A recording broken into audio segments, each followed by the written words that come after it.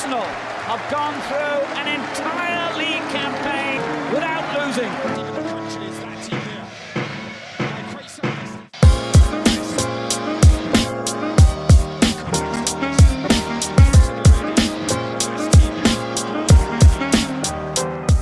How's it going, YouTube? My name is the Touring Boss, and welcome back to our FIFA 20 Arsenal Career Mode.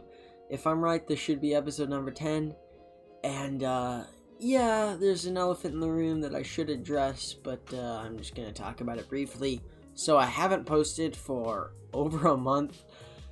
I just for some reason lost my taste in playing FIFA. I have barely played FIFA whatsoever since that last video that I uploaded, but I started this out and I want to finish this series. It was quite a bit of fun while I was playing it, but for some reason I just stopped enjoying it for a little bit down the line.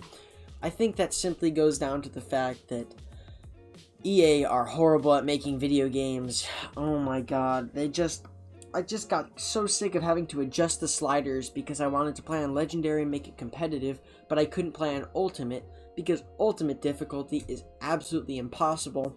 So I was at a bit of a conundrum there.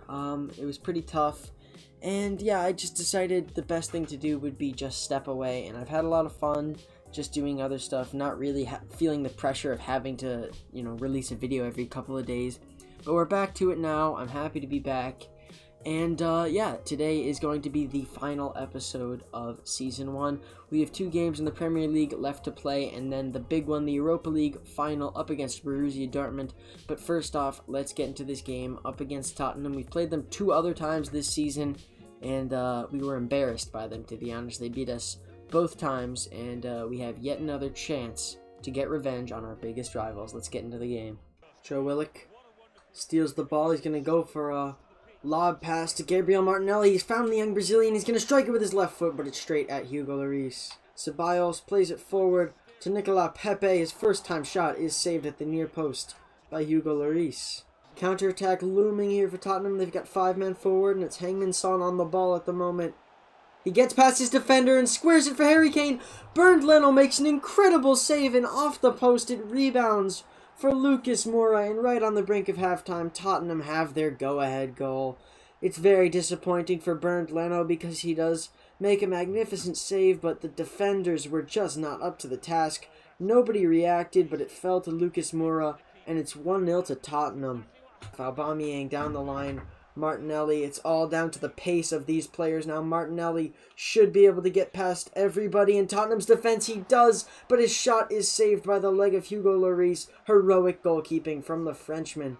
Ceballos needs to win that. It's sloppy from the Spaniard, and to be honest with you, I did not know that Ceballos was playing for most of this game. He has been absolutely transparent in our midfield so far. Aubameyang, he's got an overlapping run from Joe Willock if he can find him with a good pass. He takes it first time with his right foot, but the shot should have been much better from Willock. It's straight at Hugo Lloris. It's good one-touch football from Arsenal now, and James Maddison making a run down the middle. He's going to pass it once more. Aubameyang takes the shot, and Hugo Lloris cannot be beaten today. He has been immaculate. He's made so many one-on-one saves. And Arsenal, who honestly have been better than Tottenham in this second half, are probably going to go home empty-handed. It's the 90th minute now, and Tottenham are on the ball still. What a performance from Hugo Lloris. And yeah, that's all 3 points going to Tottenham. They beat their biggest rivals for the 3rd time this season, and absolute embarrassment ensues for Arsenal. They played well, to be honest, but Hugo Lloris simply was saving absolutely everything. It's the same amount of shots on target, but as you can see, Lloris was the man of the match. He made 8 saves as opposed to Bernd Leno's 3. A regrettable performance from the Gunners. Here we are for match day 38 of the Premier League season as Arsenal take on Watford at the Emirates Stadium. James Maddison now dribbling up the field. Lacazette on Pepe. They've given him so much space. He takes a curled shot with his left foot. And, well, I forgot a lot about what happened in this Arsenal career mode, but that's one thing I will never forget. Pepe has been scoring so many goals like that with his left foot, finesse shots into the side netting, his 14th of the season. The man has been prolific, to say the least. The commentators are talking about how we've just been secured as safe from the drop from relegation, but we're in 6th place. We're like literally pushing for Champions League spots. I don't know what they're talking about. Kieran Tierney. They've left Aubameyang wide open. Does he have the pace to get past everybody? Why am I even asking that? Obviously he does. He goes for the finish at the near post. And this game is just going to be a little bit of fun. 2-0 already here. The home fans will be pleased as our captain doubles our advantage over the Hornets. 2-0. Here's Domingos Quina on. Oh, God. I hate that guy. Watford pull one back is my Lassar. Let's just forget about that as quickly as we can. Kieran Tierney, their defense has just not gotten ready as soon as kickoff happened. Madison now. Oh my. Kieran Tierney just blitzed down the left wing. None of the Watford players moved. He gotten a cross into a wide open James Madison. He takes a touch and he smashes it home into the bottom corner in the half volley, and it's 3-1. We pull our lead back to a 2-goal advantage almost immediately after Watford score theirs. Okay, I am a bit rusty on the commentary. Bear with me, okay? It's been a while. Oh, Pepe just flicked the ball over his defenders. That was absolutely disgusting, Nicola. Oh my, let's just take a look at that. Domingos Quina just gets chipped. Boink, and the man falls over. Absolutely burned by Nicola Pepe. Disgusting. Let's get back now, John Stones, please. Quina, Socrates, what a slide tackle! We can't pass out of the back, though. Lacazette, forward, Aubameyang will have a one-on-one opportunity with Ben Foster. Surely a 4th goal is coming. Yes, it is. He missed his first shot off the post, but it rebounds straight back to him.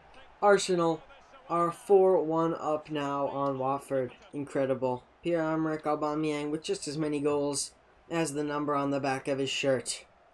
Full time, a 4-1 victory to end off the Premier League season. I believe we will finish 6th no matter what the result of this game is. But it's a very, very good game from the Gunners. 4 goals to Watford's 1. And we end our Premier League season on a high note. Now here's a final look at the Premier League table. The 4 Champions League teams are Manchester City, Liverpool, Spurs, and Chelsea. Man City win by 11 points, almost completing their 2nd Centurion season. Man United finish in 5th, just 4 points above us. We finished with 68 points, 19 wins, 11 draws, and 8 losses in 6th place.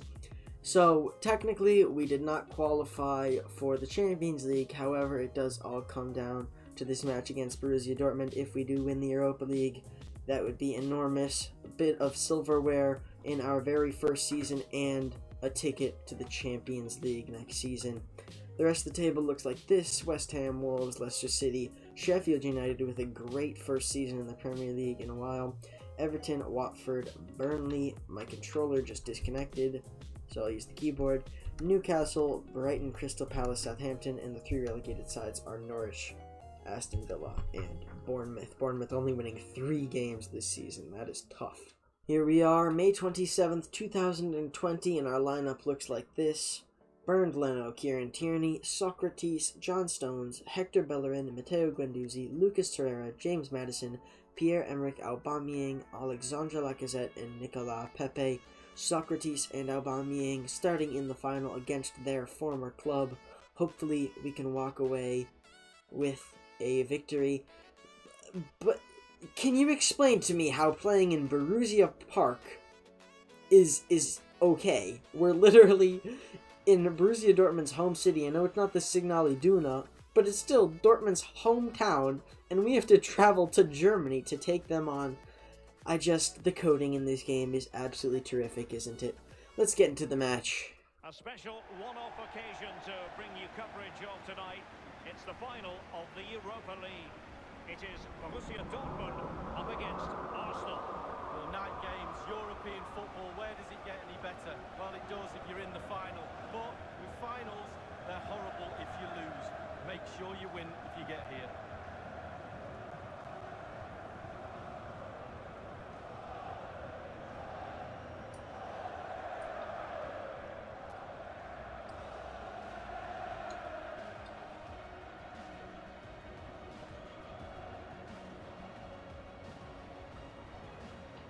We're doing well to retain possession, but I'd like to get a bit of creativity going here. We're just passing it around. Their defense is really sturdy at the moment. Lacazette early on for James Maddison, and Emmanuel Akanji makes a wonderful last-second slide tackle. Some great one-touch football going on from Arsenal now. It's into James Maddison. Only a few defenders left. Maddison takes the shot, and it's off target. James Maddison, he's been really positive in this match so far. And 35 minutes in, he's blasted that ball into the top corner. Really our first good shot. I think that's our first shot on target. James Maddison opened up the hole in their defense and blasted it into the roof of the net. And it's 1-0 to Arsenal. Dries Mertens now trying to peg one back for Dortmund. He takes a long shot, but it's off target. Here's Pierre-Emerick Aubameyang with a left-footed shot. It's blocked. They really have been defensively consolidated so far through this game, and they've been blocking quite a few of my shots. We're lucky we got through them once here, but we're going to keep pushing because they haven't been too threatening on their attacks so far, and I think there's opportunity for more goals for Arsenal here. Half-time, and we've got a 1-0 lead. We've had 2 shots, but neither of them on target. We've had 60% possession. They really have not been too ferocious in trying to win the possession back so far. Just letting us pass it around our midfield, waiting for it with a lot of players behind the ball, and I guess hoping for a counter-attacking opportunity, but they have not been getting one yet. James Maddison, he lines up a long shot, and he goes for one. It looked like it was destined for the top corner. Roman Burki makes a good save. James Maddison has really been the best player so far, a very creative spark in our midfield, as apparently he runs over Dortmund's number 3, and his shot is saved. Maddison again, he goes for another long shot. Again, it was on target. And Burki's forced to make a diving save. James Maddison, who knew he had this in his locker? What a shot. Come on, Kieran. Somebody get on the end of this. In for Lacazette, he dives for the header. And Roman Burki continues what has been a pretty good performance, barring the goal he did let in. James Maddison takes yet another long shot. Oh, my word, that's got to be the best goal I've scored so far in this series. James Maddison, he's been warming up with those other long shots, and this one pierces the back of the net. Arsenal with a 2-0 lead here. James Maddison, you are incredible. What a shot. The curve, the accuracy, the power. Everything was splendid. Everything was perfect. And Arsenal have a 2-0 lead. Thanks to James Maddison. Honestly, Aubameyang, Lacazette, Pepe, they have not been superb in this game. But James Maddison, with his first 2 goals of the Europa League season, has pretty much gifted us this Europa League title. I mean, can't say anything yet. I know that's pretty audacious considering there's still another half an hour left of this game, but he has been carrying us so far to a pretty astounding lead so far. Oh, that's a cross in. Hakimi. Is he playing striker for them?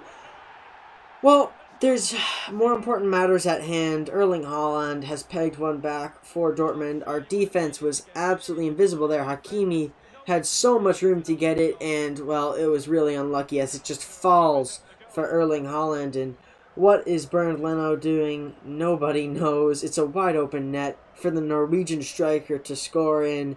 And it's 2-1. The game's not over. 22 minutes left. And apparently that's only Haaland's 2nd goal this season. Royce passing it back to Mats Hummels. He's going to line up the shot. Oh my God. Well, Mats Hummels has just equaled James Maddison's long shot. My Lord. Cross in. Guerrero is wide open. Oh my, our defense. I don't know what to say. I mean, yes, our strikers, Aubameyang and Lacazette, have not been incredible today. But our defense has absolutely not shown up. They just evaporated. They've had 3 attacks in this game, and they were all goals. What are our center backs doing? And how are Guerrero and Hakimi the players who are, like, creating their attacks? Oh, this can't be happening. I can't believe we've just lost this lead. 86th minute, I'm going to make a few changes, and maybe we can equalize it. I can't believe we're in this position. Why, defense? Why did you disappear on me? Full time, final whistle blows, and we have absolutely crumbled at the hands of Borussia Dortmund. A 2-0 lead lost within like 25 minutes. And the German side win on their home turf practically. 3-2 is the final score. And wow, that is embarrassing. I can't believe we just faded away so quickly. We got cocky. I said Madison practically handed us the title, but no, apparently he didn't. Our team slipped. We absolutely fell apart.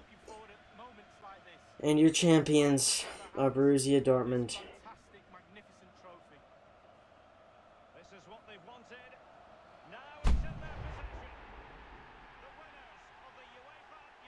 Well, to say the least, that was quite a sad way to end the season. A loss to our biggest rivals in Tottenham, and then just crumbling, throwing away a 2-0 lead in the Europa League final. I'm pretty sure that means we still get to play in the Europa League, even though there's no like colorful tab on the left of the 6.